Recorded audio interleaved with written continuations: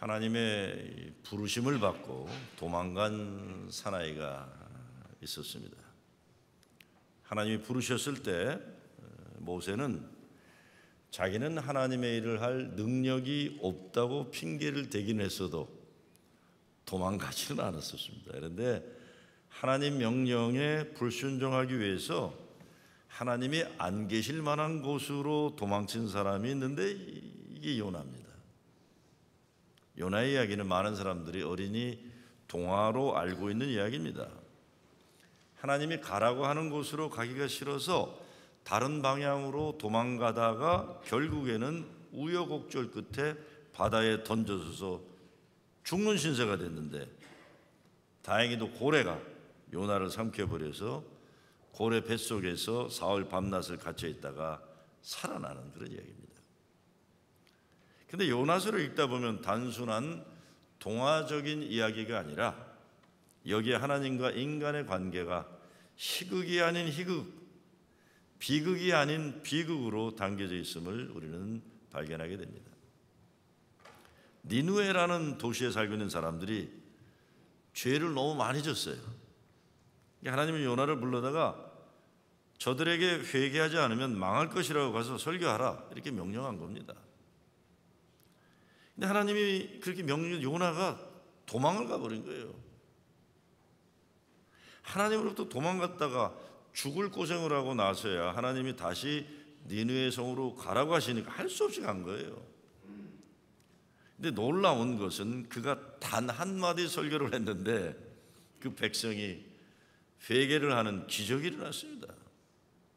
요나가 회개하지 않고 이대로 40일이 지나면 잿더미가 된다 설교를 했어요. 그랬더니 죄악으로 가득 차 있던 니느웨 사람들이 왕부터 회개를 시작하더니 굵은 베옷을 입고 금식하는 일이 벌어집니다.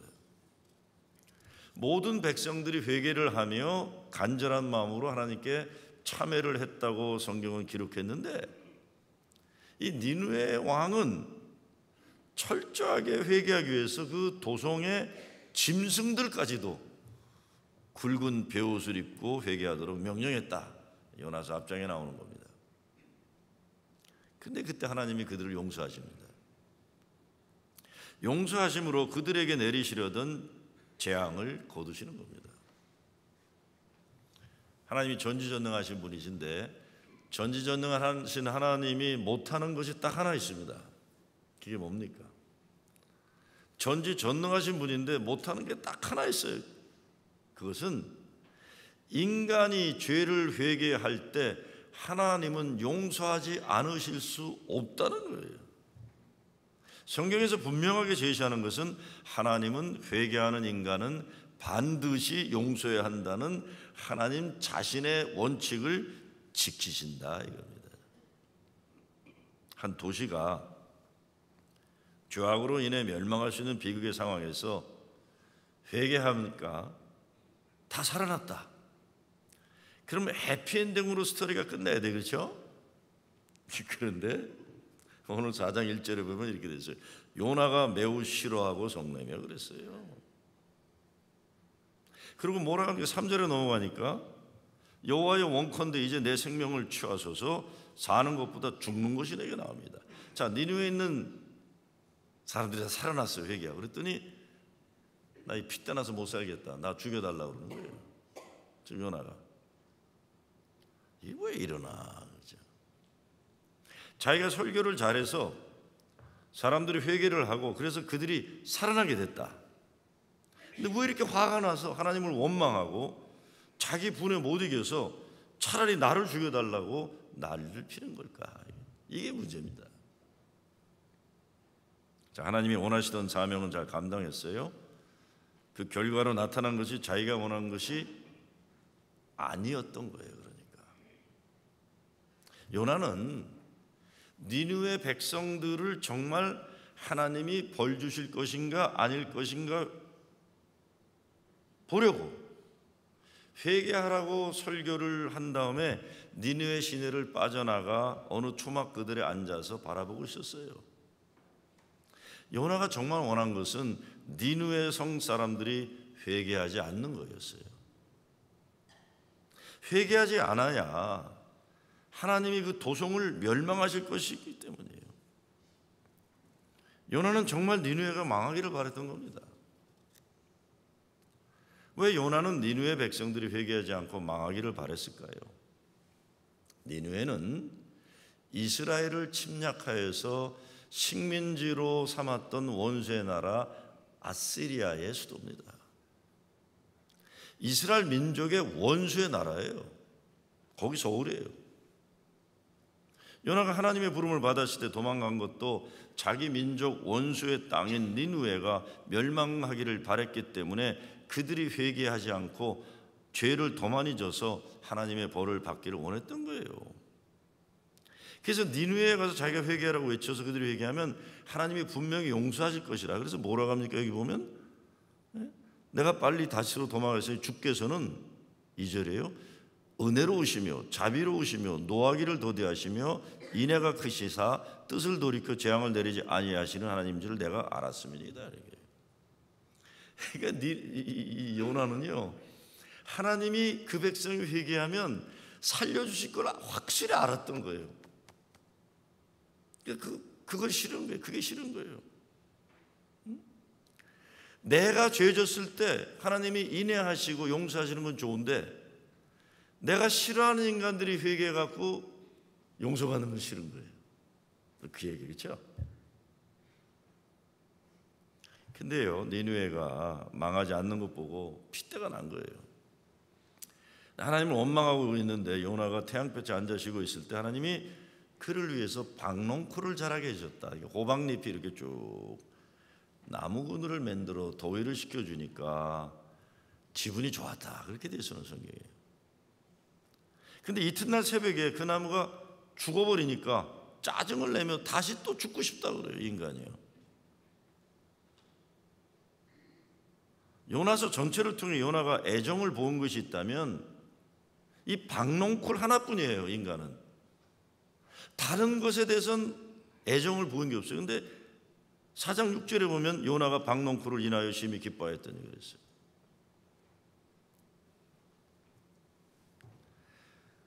제가 하나님이라면요, 요나 보면요, 이놈의 새끼 너부터 죽여버리겠다 그렇죠? 박농쿨을 살려서 목을 꼴깍 죽어버릴 거예요, 나쁜 놈의 자식. 그렇죠? 참 기가 막힐 정도로 유치하고 자기중심적이고 이중적이고 분별하지 못하는, 사방 동서남북을 분별하지 못한다는 건 어린애들이에요. 어린애들만 수십만이 넘는 니느웨 사람들이 죽을 곳에는 조금도 가슴 아파하지 않으면서 박농쿨이 죽자 자기도 죽고 싶다고 화를 내는 요나의 모습에 하나님이 질문하십니다. 질문하세요. 나라면 혼을 내줄 텐데 질문하세요. 네가 수고도 아니하였고 배양도 아니하였고 하룻밤에 났다가 하룻밤에 망하니 박농쿨을 내가 아꼈거든. 잘 들어보세요. 하물며 이 큰 성읍 니느웨에는 좌우를 분변치 못하는 자, 어린애들이죠, 12만 명이요. 육축도 많으니 내가 아끼지는 것이 어찌 합당치 아니하냐. 내가 이 아이들을 어떻게 사랑하지 않을 수 있느냐는 거예요. 네가 볼 때는 왼수들이지만, 네가 볼 때는 죽어도 정당한 인간들이지만 나는 사랑하지 않을 수 없다라고 얘기하는 거예요. 난 사랑하지 않을 수 없다. 요나서는 참으로 모순덩어리인 인간, 우리들의 자기 모순을 보여주는 동시에 하나님이 어떤 분이신가를 제시해주고 있어요. 무엇보다 요나서는 하나님은 어느 이기적인 집단이나 특정 민족의 이익을 위해 존재하는 분이 아니심을 분명히 제시하는 겁니다. 그런데 이걸 누가 썼어요? 이스라엘 민족이 자기들의 기록으로 가지고 있는 거예요. 그렇게 보면 어마어마하게 위대한 백성이에요. 그 백성은요. 자, 요나서를 보면 유대 민족의 위대함을 보게 되는데 그것은 자기 민족의 이익관계를 위해 하나님의 뜻 앞에 자기를 내려놓는 겁니다. 이거를 성경에 그들이 기록 붙잡고 있는 것은 자자손손이 민족 이기주의는 안 된다는 걸 보여주고 있는 거예요. 유대 민족만을 위해 존재하는 하나님이 아니라 타민족, 특별히 유대민족의 적대관계 있는 민족도 사랑하는 하나님이시라는 것을 자기들 스스로 붙잡고 있는 거예요. 우리가 이런 실수를 할 뻔했다. 이 요나는 그러니까 한 개인이 아니라 민족 공동체의 아이덴티티예요. 하나님은 유대민족을 통해 유대민족의 원수인 아시리아를 구원하도록 하시는 겁니다. 미움의 대상이 아니라 사랑의 대상으로 만드시려는 것이에요. 이런 의미에서요, 국가적인 차원에서의 종교라는 것은 참 위험한 겁니다. 독일 나치의 역사에 독일 신학이라고 해서 나치 독일 민족의 우월성을 정당화하는 신학을 히틀러가 요구를 했어요. 그리고 신학자들이 나치 민족의 우월성을 정당화하는 신학을 만들었어요. 게르만 민족의 우월성, 그래서 성경에 보면 유색인종은 다 저주받을 민족으로 해석해 나가는 거예요. 그게 독일 신학이에요. 독일 신학이에요. 일본이 동남아를 지배하려고 군사력으로만 안 되니까 신사참배를 강요한 것도 그런 거예요. 중세 십자가 전쟁도 영토 확장이 목적이면서도 성경을 들고 다니며 이교도들을 죽였어요. 이슬람 교도들 임신한 여자 뱃속에는 다이아몬드가 있더라고. 이게 십자가 전쟁에 있던 비극이에요. 이교도 이슬람 임신한 여자 뱃속에는 다이아몬드가 있다. 아이고, 여러분, 이게 부끄러운 기독교 역사 중에 하나입니다. 특정 집단이나 민족의 이익을 위해 절대화시키는 모든 독선적인 이념과 사상과 종교가 다 하나님의 사랑과 은혜의 뜻에 어긋나는 거예요. 크게는 민족이지만 어느 공동체나 사회나 마찬가지입니다. 요나에게 있어서 니느웨에 가서 그들을 회개시키는 사명을 주신 하나님의 부름에 따른 것은 자기 민족을 멸망시키고 포로로 삼았던 원수 나라 아시리아를 살리는 일이에요. 하나님의 말씀에 순종하려면 원수가 잘 되는 것을 보아야 할지 모르는데 도저히 그것을 용납할 수 없었습니다. 그래서 요나는 하나님이 자기 원수 백성 살리시는 일에 쓰여지지 싫어서 도망을 간 거예요. 멀리 도망가면 하나님이 니느웨 백성을 살리지 못하실 것으로 생각했을지 모릅니다. 요나는 자기 민족의 이익을 위해 충성한다고 생각했는지 모르지만 하나님의 뜻으로 변화되려고 하지는 않았던 거예요. 자기의 편협적인 신앙관, 독선적인 민족관이 하나님 은혜와 구원 역사의 뜻보다 더 중요했던 것입니다. The meaning of Christ, 그리스도의 의미를 쓴 로버트 존슨이라는 분이 이런 말을 했습니다. 예수님을 언더스탠드 하기 위해서는 예수님 앞에 스탠드 언더해야 된다 그렇게 했어요. 자기 주장이나 고집을 내세우는 것이 아니라 예수님의 말씀 밑에 나를 세우고 순종할 때에 예수님의 말씀을 제대로 이해할 수 있다는 겁니다. 예수님의 말씀을 내 생각에 맞추려는 것이 아니라 내 생각을 예수님의 말씀에 맞춰야 한다는 거예요. 이것이 믿음으로 변화된 품성입니다. 이게 참 힘든 노릇이에요. 제가 옛날에 보스턴 하는 부모 그랬을 때 8.15 때인데 하버드 대학의 교환교수로 왔던 일본 교수, 목사님인데 우리 담임 목사님이 일본 목사님을 강단에 세웠어요. 그때 일본 목사님이 진짜 눈물로 설교하시더라고요. 일본 민족의 이 죄를 얘기하면서 회개하는 진짜 감동적인 설교를 했어요. 일본 목사님이. 근데 우리 목사님의 아버지가 계세요. 옛날에 그 아버님은 장로격이냐 영수라고 그래서 옛날에 그 목사 노릇을 하던 어른이 있어요. 참 훌륭한 분이 있어요.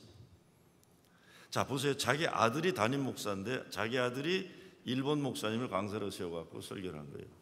나한테 오시더니 이 아버지 장로님이 화가 나신 거예요.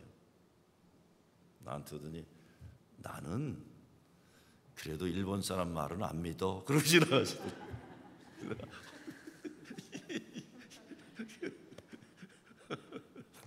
자기 아들이 담임 목사예요.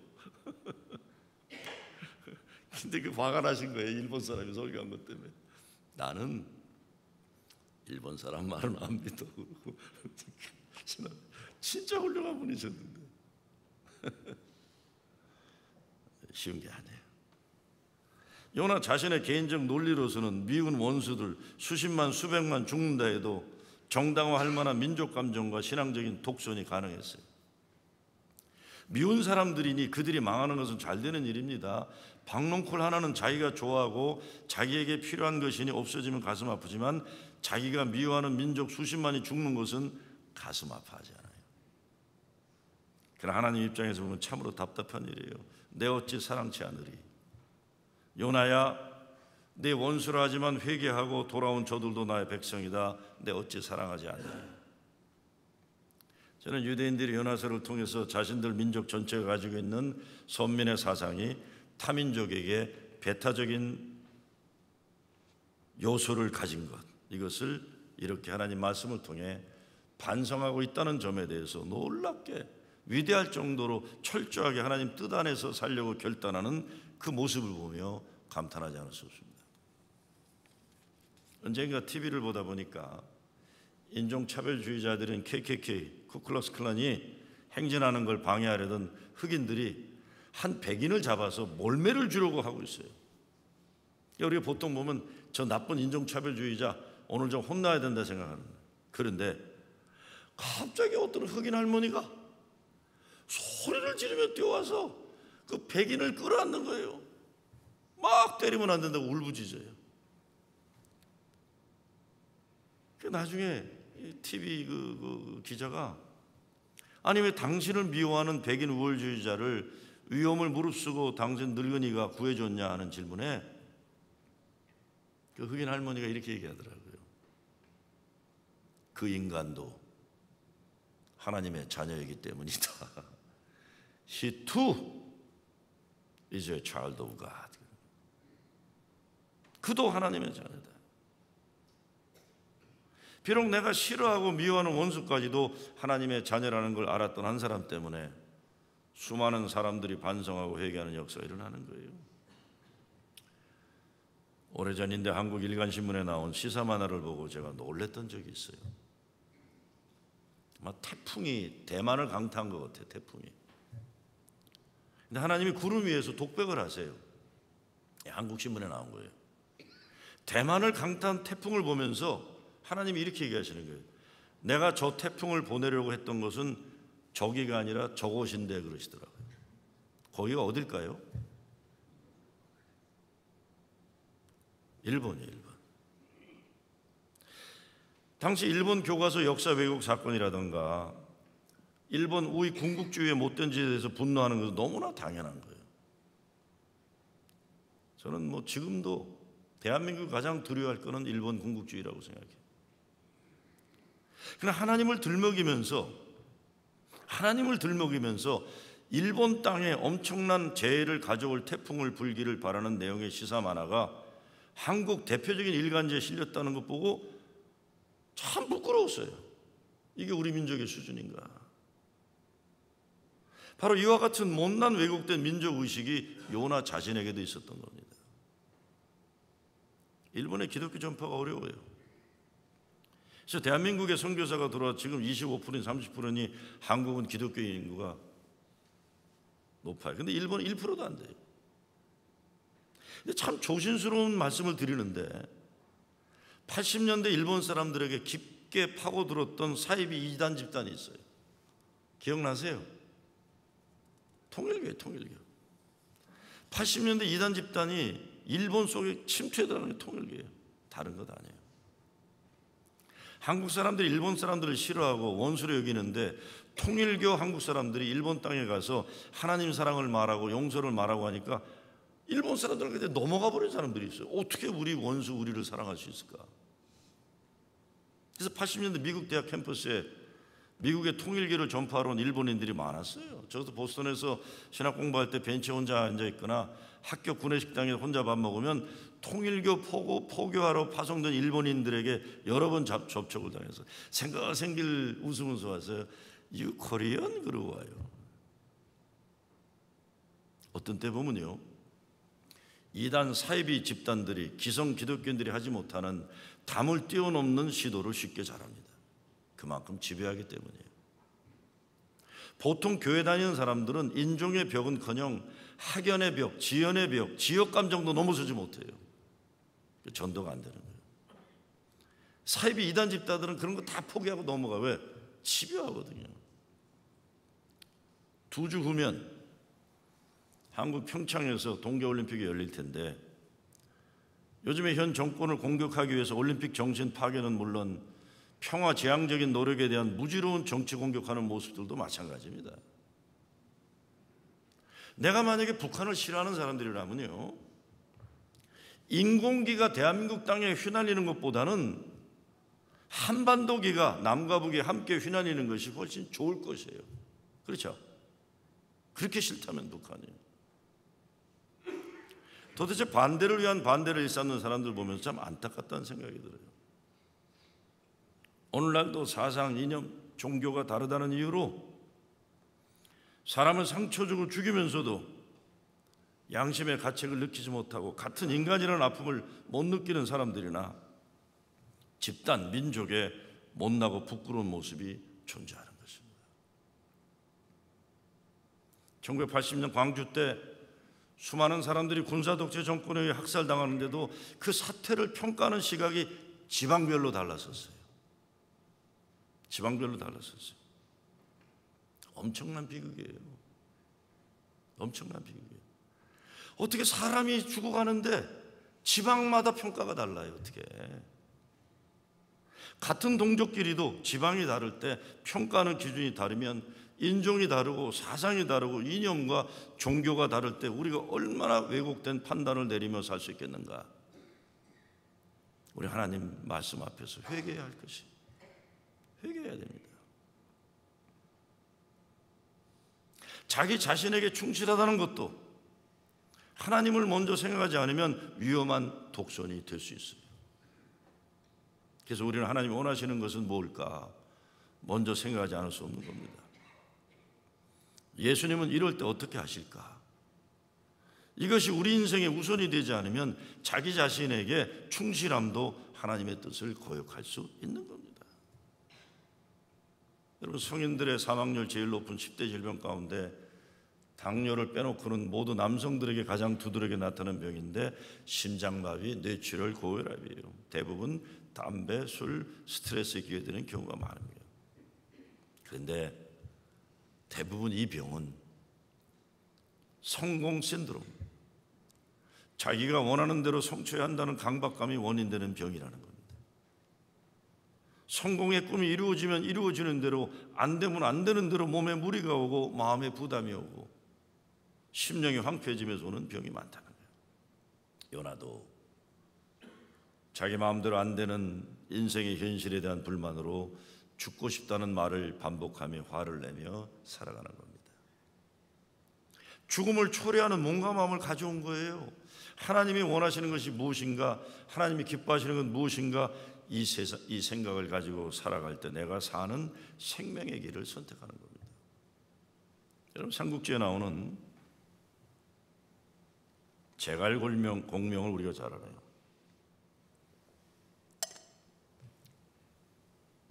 중국 역사상 가장 지혜로운 인물이었어요. 그런데 그는 언제나 주머니를 2가지를 가지고 다녔다고 합니다. 어떤 일이 자기 마음대로 되었을 때는 한 주머니에 하얀 돌을 집어넣고, 자기 뜻대로 안 됐으면 검은 돌을 다른 주머니에 집어넣었어요. 제갈공명은 지혜로운, 천하의 지혜로운 지도자예요. 그런데 그 인생 2 주머니에 어떤 돌들이 더 많았을까요? 자기가 계획하고 원하는 대로 잘 된 하얀 돌일까, 아니면 자기가 계획하고 원했지만 마음대로 안 되었던 검은 돌일까요?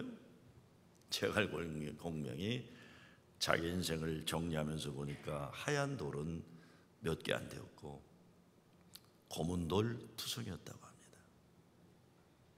사람이 자기 원하는 마음대로 일들이 이루어진다면 정말 우리는 행복하고 성공한 인생일까요?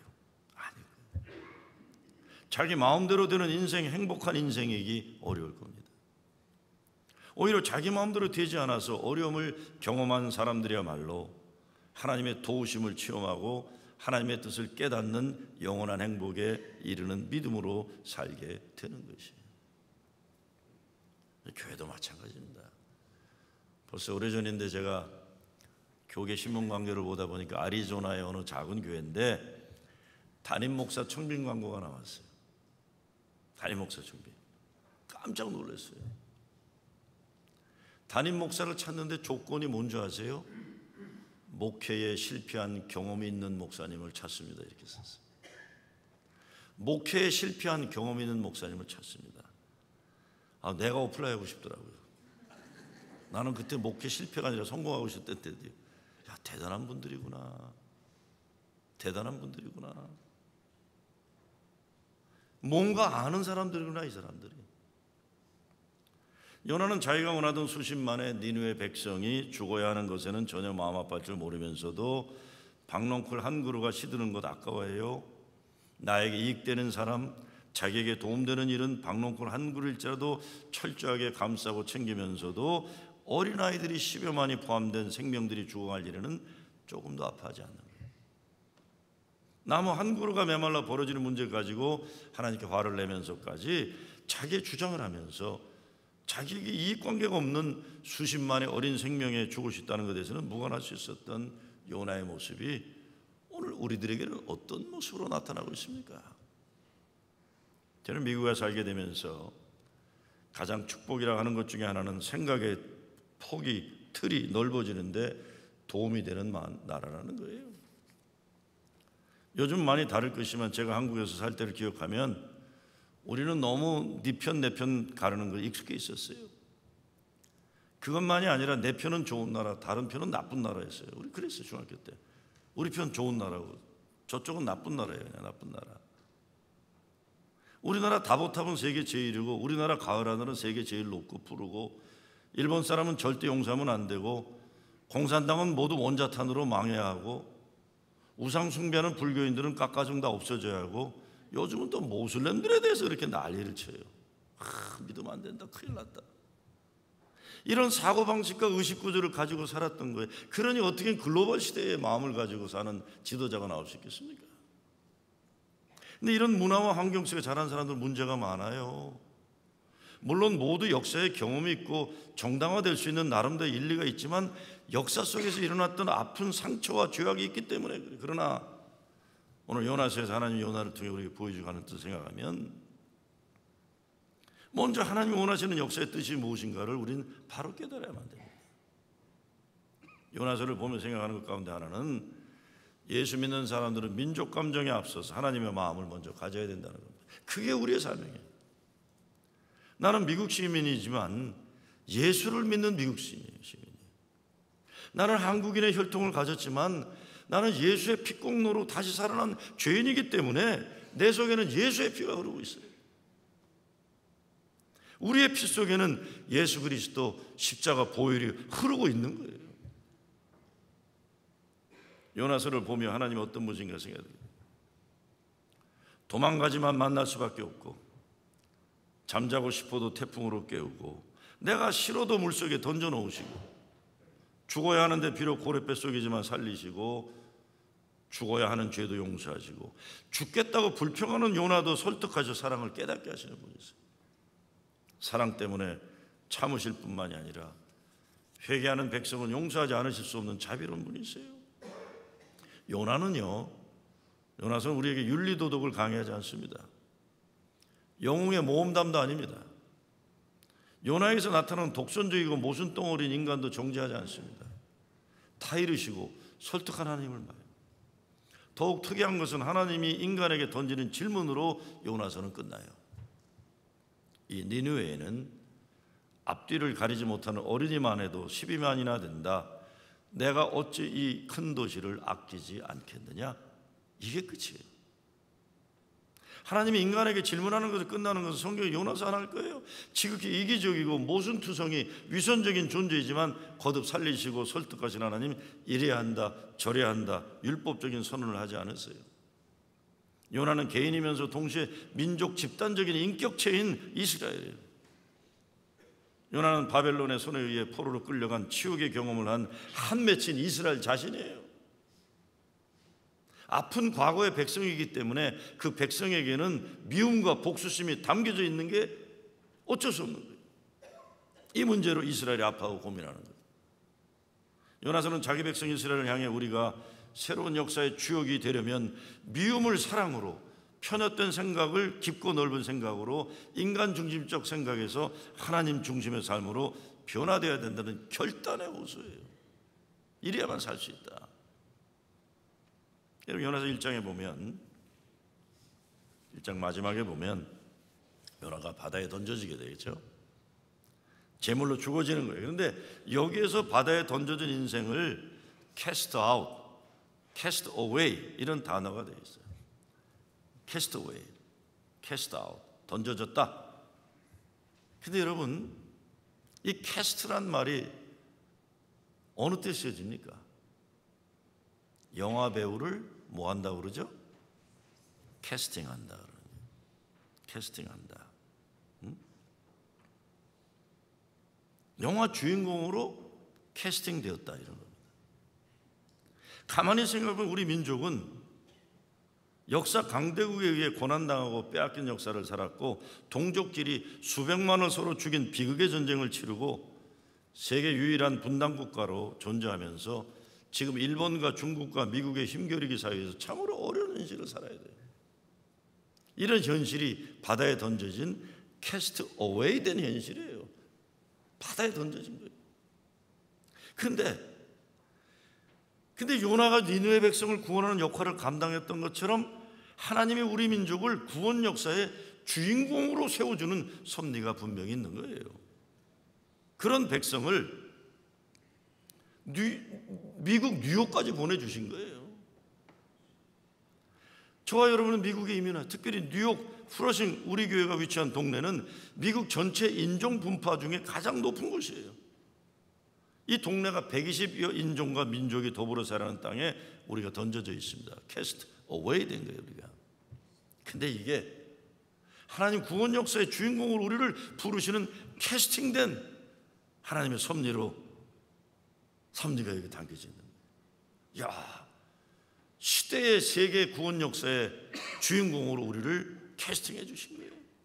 죽기를 바라는, 망하기를 바라는 인종과 민족을 구원해야 하는 사명을 감당했던 요나. 이 요나의 못난 모습, 적나라하게 자기 반성과 회개의 모습으로 드러낸 겁니다. 요나서는 하나님이 원한으로 맺혀 사랑을 잃어버린 그 민족에게 호소하는 겁니다. 자기 자신에 대해서는 철저하게 자비롭고 너그러우면서 남에 대해서는 지극히 계산적이고 굳어진 인간의 심성이 변화되기를 원하시는 겁니다. 요나는 철없는 어린아이가 아니에요. 몰라서 잘못하는 것도 아니에요. 너무나 잘 알면서도 차라리 나를 죽여달라고 하나님께 달려드는 원수를 사랑하기보다는 자기 파괴를 택하겠다는 인간들이 하나님 앞에 저지른 독선을 보여주는 거예요.